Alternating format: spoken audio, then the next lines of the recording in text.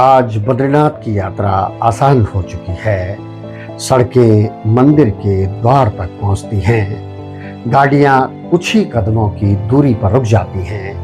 पर कल्पना कीजिए, आज से लगभग 65 वर्ष पहले, जब न सड़कें थी, न पुल, न ठहरने की कोई सुविधा, उन्हीं दिनों भारत के प्रथम राष्ट्रपति डॉक्टर राजेंद्र प्रसाद ने बद्रीनाथ यात्रा का संकल्प लिया था।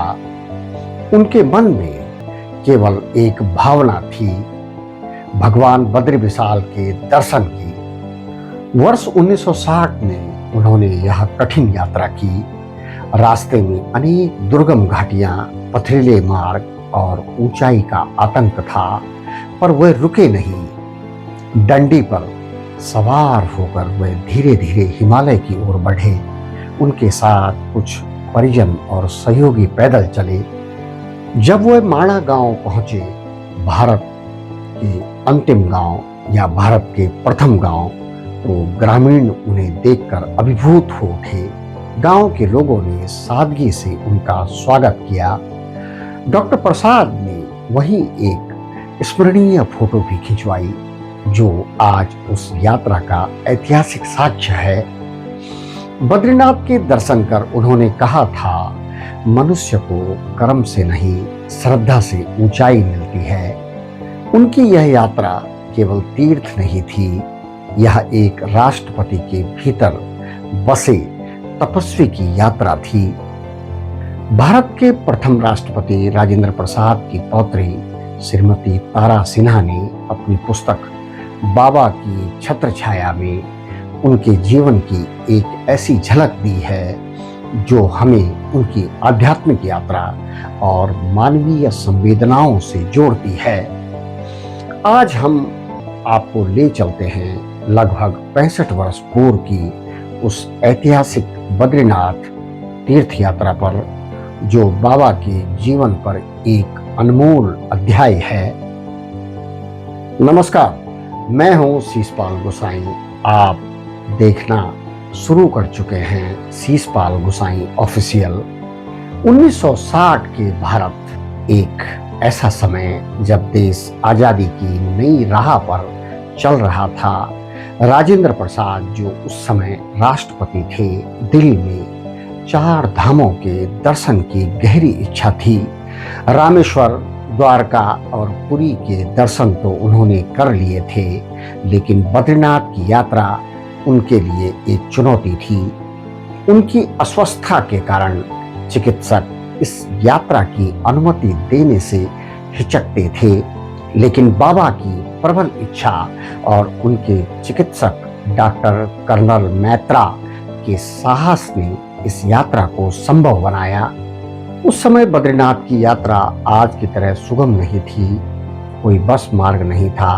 पैदल, टट्टू या डंडी पर ही यह कठिन यात्रा पूरी की जाती थी।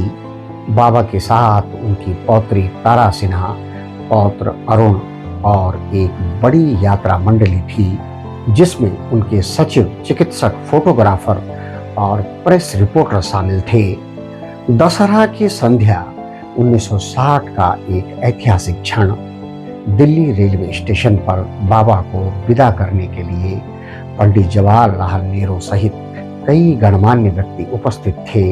तारा सिन्हा, जो उस समय एक किशोरी थी, को देखकर पंडित जी ने मजाक में कहा, यह दुबली पतली लड़की इतनी ऊंची चढ़ाई चढ़ पाएगी, इसमें संदेह है। रेलगाड़ी से ऋषिकेश तक की यात्रा के बाद मंडली मोटर गाड़ी और जीप से रुद्रप्रयाग पहुंची। रुद्रप्रयाग में नदी के किनारे एक गेस्ट हाउस में रात्रि विश्राम हुआ। चारों ओर पहाड़ियों से घिरा यह स्थल और नीचे बहती नदी का सौंदर्य तारा के मन को गहरे से प्रभावित करता था। तारा ने पैदल चलने का साहस दिखाया, जबकि बाबा डंडी पर थे। उनकी नजरें तारा पर टिकी थी, क्योंकि उन्हें चिंता थी कहीं वह थकान से अस्वस्थ न हो जाएं। पीपल कोटी से जोशीमठ तक की यात्रा जीप से पूरी हुई।